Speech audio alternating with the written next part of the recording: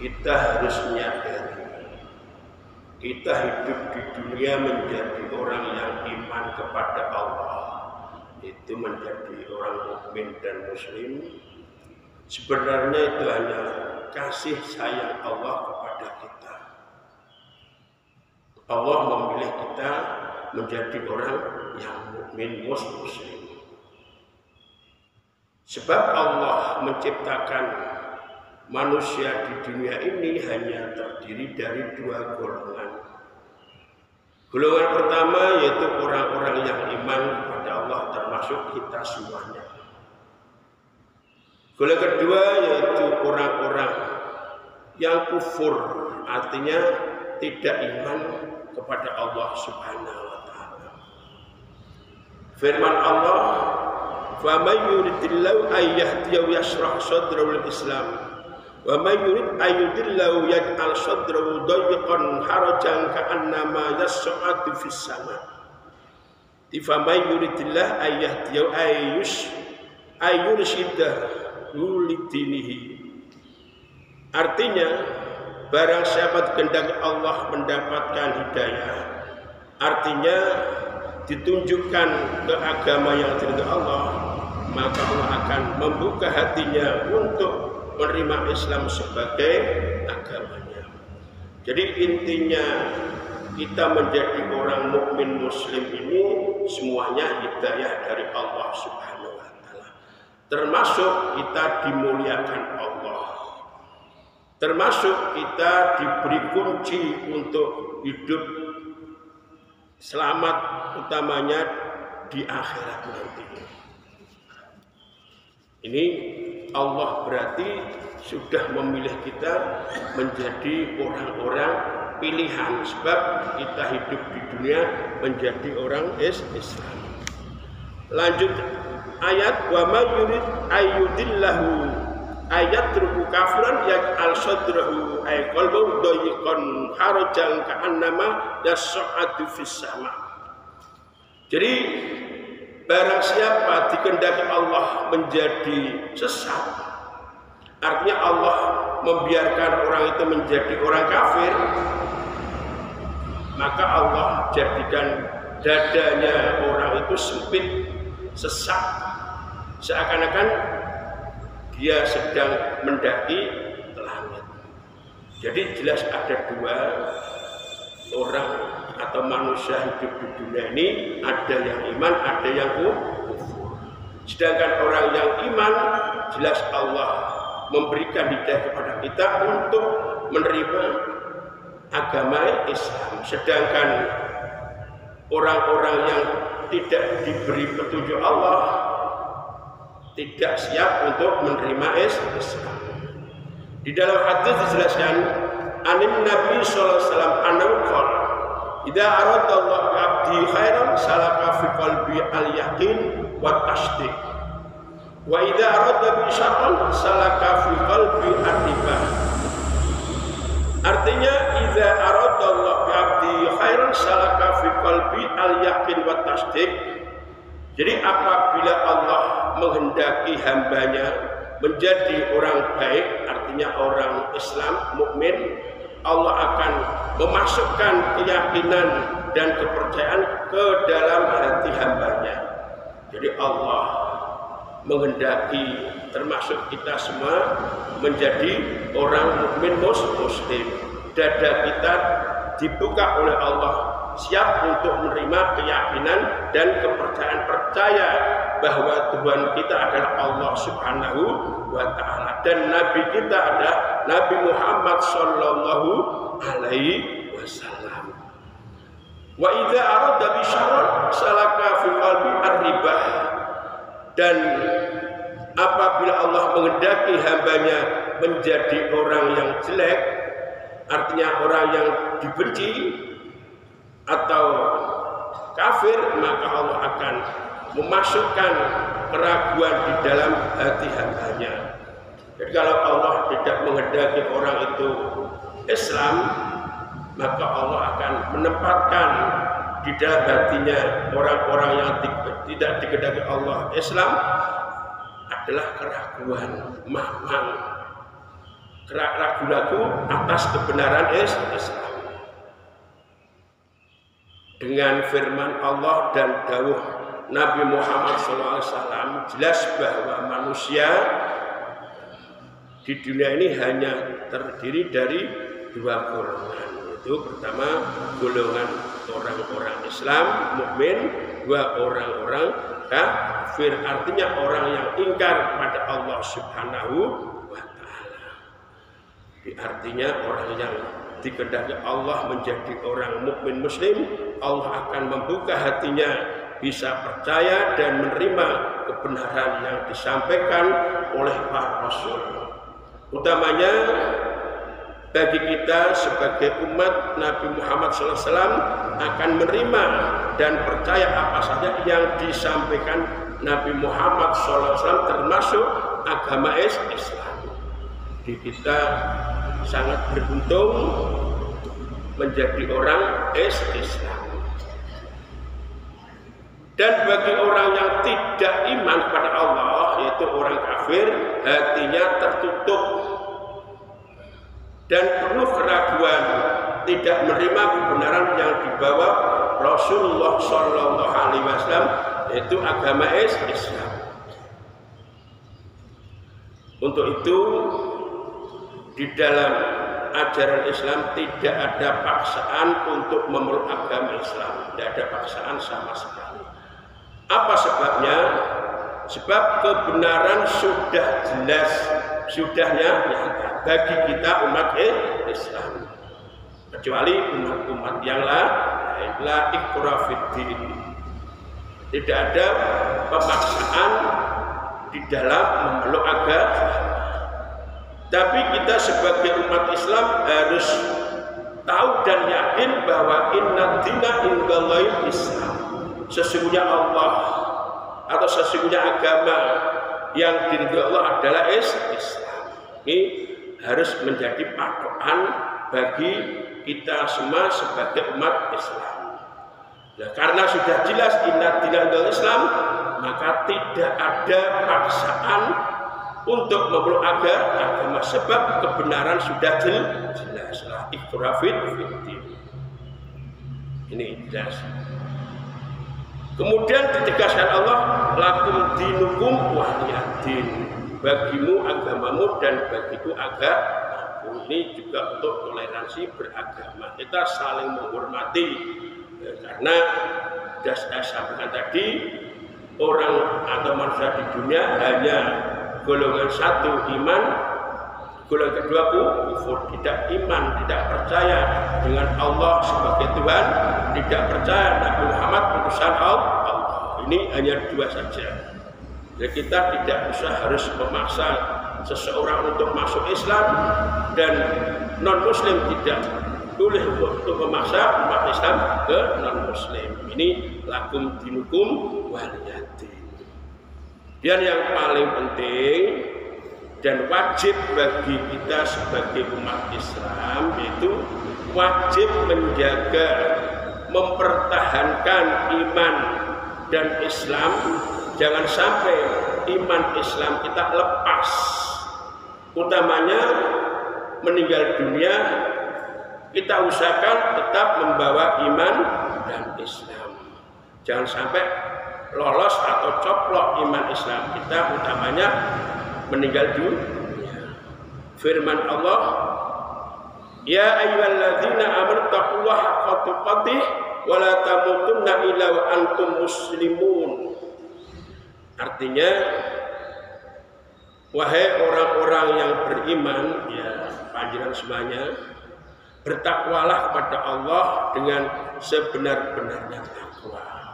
Di kita diingatkan Allah, disuruh untuk takwa. Nah, takwa itu termasuk bentuk syukur kita kepada Allah, sebab Allah telah memberikan kita nikmat berupa iman Islam. At-taqwa wa istifragul wus'i fil qiyam bil wajib wal istinabi anil maharim. Di takwa itu mencurahkan kekuatan untuk menjalankan kewajiban dan menjauhi larangan Allah.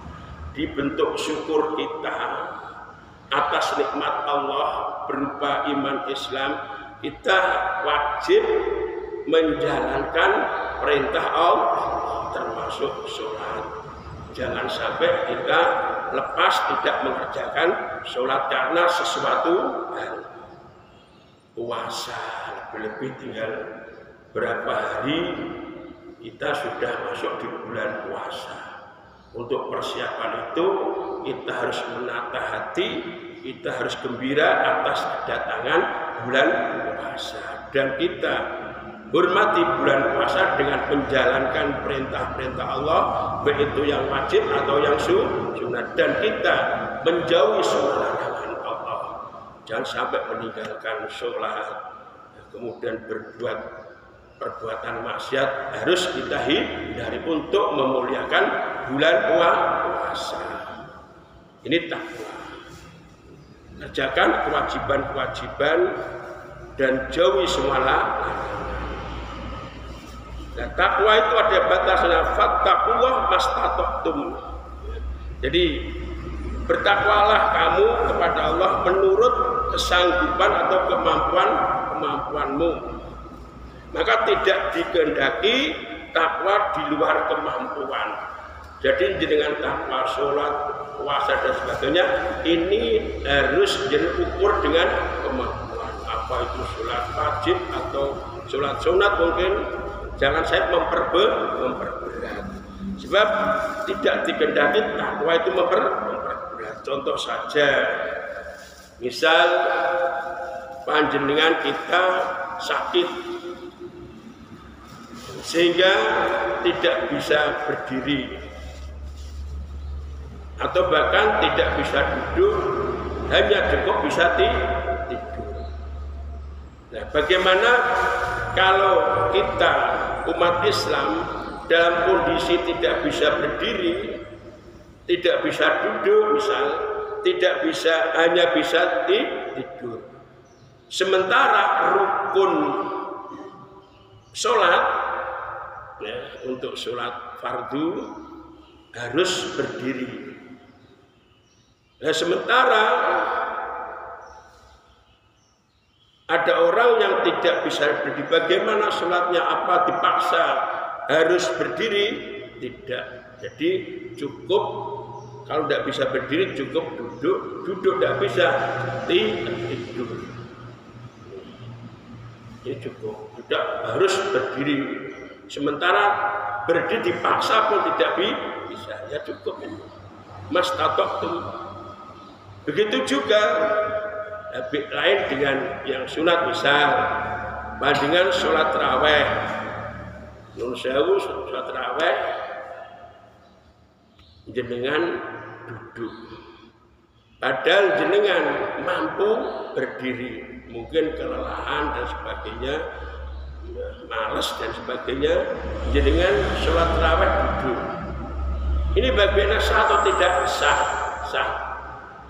Hanya bedanya terletak pahala. Kalau panjenengan sholat tarawih dengan duduk, berarti pahalanya lebih banyak dengan berdiri. Itu saja. Tetapi kalau sholat fardu, zuhur masalan, atau isya, jenengan mampu berdiri, tetapi panjenengan sholat dengan duduk, ini jelas tidak sah. Ini bedanya di situ. Mastata'tum, gitu. Terus semuanya takwa untuk mengetahui kewajiban, supaya kita bisa membedakan mana yang harus kita kerjakan dan mana yang harus kita tinggalkan. Paling tidak kita harus aktif untuk belajar. Namanya yang masih muda-muda, cilik-cilik, mari kita belajar, apa di pondok atau di sekolah dan sebagainya. Lanjut ayat, wala tamutunna illa wa antum muslimun.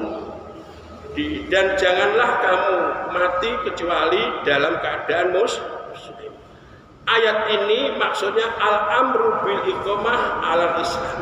Allah memerintahkan kita sebagai umat Islam, jagalah Islam. Jangan sampai kita utamanya mati tidak membawa Islam, tidak membawa iman Islam. Ini anjuran atau perintah Allah untuk mengingatkan kita sebagai umat Islam.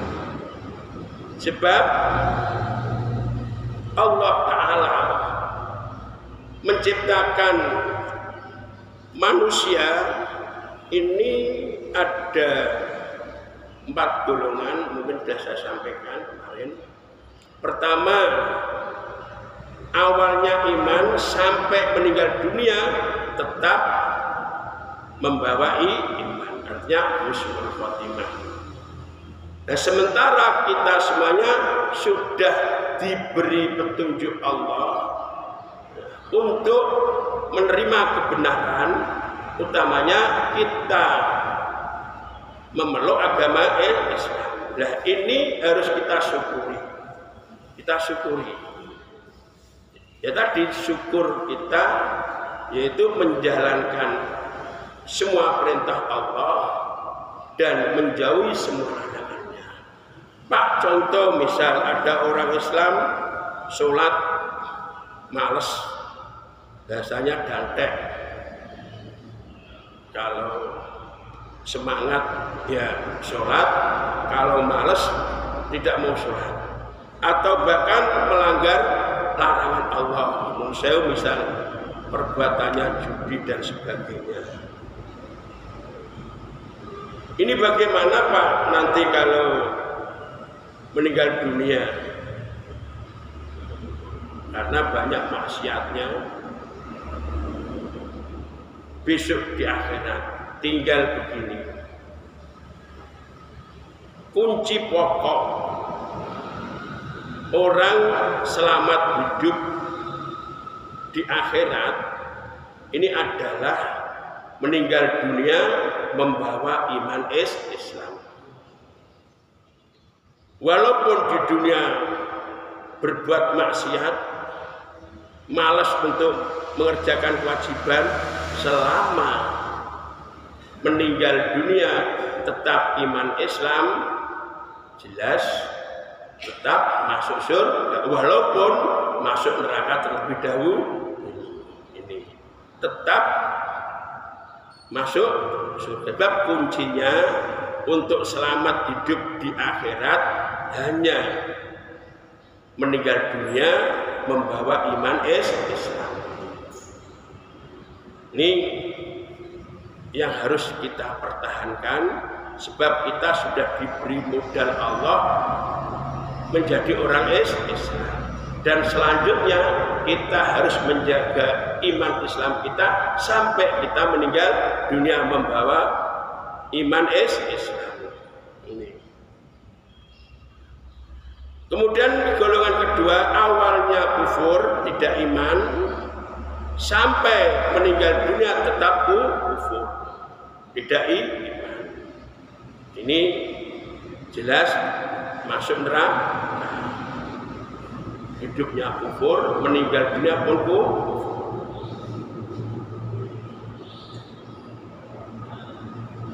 Yang ketiga, awal kufur, meninggal dunia membawa iman Islam.